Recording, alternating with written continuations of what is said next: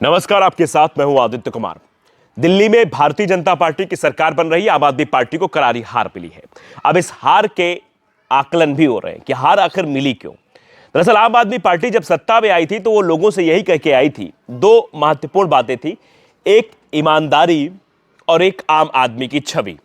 यानी ये कहा गया कि जो भी मुख्यमंत्री बनेगा वो आम आदमी की तरह जीवन बिताएगा, वो ना ज्यादा सिक्योरिटी लेगा, ना बड़े घर में रहेगा, वो आम आदमी की तरह रहेगा। और दूसरी सबसे बड़ी बात कही गई ईमानदारी की, कि वो ईमानदार रहेगा, उस पर कोई दाग नहीं लगेगा, वो पूरे आपके टैक्स के पैसे का सही इस्तेमाल करेगा, जनता की सेवा में लगाएगा। जबकि ये दोनों चीजें नहीं हुई। शायद यही हार की सबसे प्रमुख वजहें कही जा सकती हैं। अब हम पहले ईमानदारी पर बात करते हैं। ईमानदारी पर अगर आएंगे तो आप देख सकते हैं सत्येंद्र जैन हो गए, आप देख सकते हैं मनीष सिसोदिया हो गया, स्वयं अरविंद केजरीवाल जेल क्यों गए। अगर ये इतने ईमानदार थे तो शराब घोटाले पर शराब घोटाले में फंस क्यों गए, शराब घोटाले का आरोप इन पर क्यों लगा, इतनी बड़ी चीजें क्यों हुई। और फिर इन्होंने जो है टिकट विकट भी राज्यसभा में आपने देखा बेची इधर उधर की, क्योंकि आम आदमी पार्टी के जो बागी नेता कुमार विश्वास थे उन्होंने भी सवाल उठाया था कि आखिरकार दो गुप्ता को लेकर कहा गया, एक एनडी गुप्ता एक और गुप्ता। वो नाम भी नहीं जानते थे पार्टी की पीएससी के मेंबर होने के बावजूद भी, पार्टी के मुख्य नेता होने के बावजूद भी। तो यानी कि राज्यसभा सीट को भी बेचा गया कि तुम ले लो तुम ले लो। तो ईमानदारी तो यहीं से खत्म हो गई कि ईमानदारी तो इस पार्टी में बची नहीं थी। शराब घोटाला, टिकट बेचना, ये करना वो करना, ये सब जनता को धीरे धीरे समझ में आ रहा था कि ये लोग जो ईमानदार की बात कर रहे थे वो ईमानदारी इनके अंदर बची नहीं थी, और इसी को लेकर इनका विरोध शुरू हो गया था। तो पहला फैक्टर ये हो गया। अब दूसरे फैक्टर में बात करें हम, जो बार बार ये लोग इस्तेमाल करते हैं कि आम आदमी है हम लोग सिक्योरिटी नहीं लेंगे, हम लोग छोटे से घर में रहेंगे, आम आदमी की तरह एक जीवन बिताएंगे, तो उस पर भी सवाल खड़ा हो गया। शीश महल को लेकर बीजेपी ने जिस तरीके का नैरेटिव जनता के बीच सेट किया कि देखिए अरविंद केजरीवाल का तो शीश महल है, कांच का इतना बढ़िया मकान बना रखा है, इतनी अच्छी गाड़ी में चलते हैं, सिक्योरिटी के साथ चलते हैं। तो वो जो आम आदमी वाली छवि लोगों के जहन में बनाई गई थी अरविंद केजरीवाल के लिए और भी उनके नेताओं के लिए, वो धीरे धीरे हटनी शुरू हो गई। वो धीरे धीरे छवि लोगों के अंदर साफ होने लगी। लोगों को दिखने लगा कि हाँ, ये बंदा तो जो पहले बातें कर रहा था उसके इतर काम कर रहा है। अन्ना हजारे ने कहा था कि राजनीतिक पार्टी नहीं बनानी है, फिर भी राजनीतिक पार्टी बनाई गई। और उस राजनीतिक पार्टी के बाद एमएल रामदास ने कहा कि पार्टी एक के हाथ में नहीं रहनी चाहिए, और भी लोग उसमें देखें। तो अरविंद केजरीवाल मुख्यमंत्री के पद पर भी थे, संयोजक के पद पर भी थे। इस पर बवाल हुआ, प्रशांत और योगेंद्र अलग हो गए। कुमार विश्वास ने जब इसको लेकर सवाल उठाया कि अमानतुल्लाह विधायक इस तरीके काम कर रहे हैं, तो फिर उनके खिलाफ साजिश रची गई, उनको भी पार्टी लाइन से साइड कर दिया गया।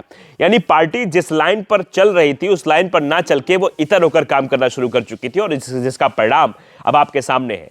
जनता को ज्यादा वक्त नहीं लगता समझने में। जनता धीरे धीरे समझ रही थी कि अच्छा अरविंद केजरीवाल ये बात करे, अच्छा अब ऐसा होगा ऐसा होगा।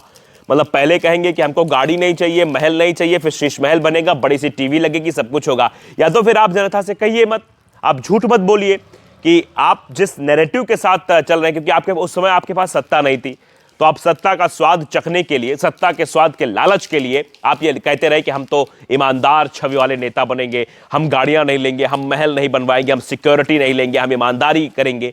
और ईमानदारी तो आपकी शराब घोटाले में सामने आ गई। उसके बाद आपकी गाड़ी वाली छवि भी देखी गई, आपका घर जो शीश महल बना वो भी लोगों ने देख लिया। तो इस तरीके से आम आदमी पार्टी की पूरी छवि जो है वो जनता के बीच स्पष्ट रूप से सामने आ गई, और बीजेपी ने इस पर बहुत काम किया। बीजेपी ने शीश महल के मुद्दे को जिस तरीके से उठाया, बीजेपी ने जिस तरीके शराब मुद्दे को उठाया, शराब घोटाले मुद्दे को उठाया, और जिस तरीके से अरविंद केजरीवाल तक जेल में गए, उसके बाद यह धीरे धीरे सिद्ध होने लगा था कि यह मुद्दा काम करेगा। और अंततः हुआ भी वही कि आम आदमी पार्टी की हालत आज देख रहे हैं आप क्या है। आम आदमी पार्टी अब अपने राजनीतिक अस्तित्व को खोजती हुई फिर रही है। अब इसके बाद अरविंद केजरीवाल का क्या होगा, मनीष सिसोदिया का क्या होगा, सत्येंद्र जैन का क्या होगा, अमानतुल्लाह खान का क्या होगा, इन तमाम बड़े नेता जो पार्टी में रहकर जो अपने रिश्तेदारों को, अपने इनको सबको बढ़ाने की कोशिश करे थे, अब इनका क्या होगा। दिल्ली की एमसीडी में भले ही आम आदमी पार्टी मौजूद है, लेकिन हर साल दिल्ली के मेयर का चुनाव होता है। उस मेयर के चुनाव में 10 जो वोट होते हैं वो पार्टी जो सत्ता में होती है उसके होते हैं, एक विपक्ष का वोट माना जाता है। तो 10 वोट का भी नुकसान हो गया है। हो सकता है कि अगला आने वाला मेयर भी बीजेपी का ही हो। यानी अब धीरे धीरे आम आदमी पार्टी के हाथ से दिल्ली की सत्ता के बाद एमसीडी की सत्ता भी चली जाएगी, और फिर आने वाला समय न जाने पंजाब में कैसा होने वाला, ये तो वक्त बताएगा। लेकिन फिलहाल जो स्थितियां बन रही हैं वो यही हैं। तो दो ही फैक्टर मेनली रूप से काम किए, बाकी तो बहुत सारे फैक्टर थे।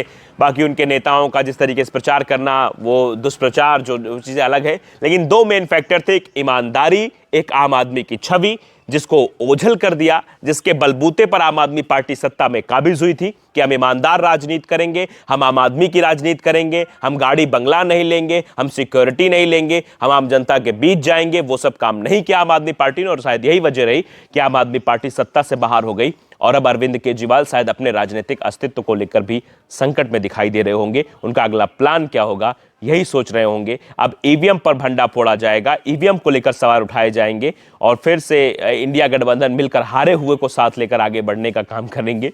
लेकिन अब क्या होगा ये वक्त बताएगा। और हार की मुझे तो यही दो वजह लगी, आपको क्या लगा अपनी राय जरूर कमेंट बॉक्स में बताइएगा। नमस्कार।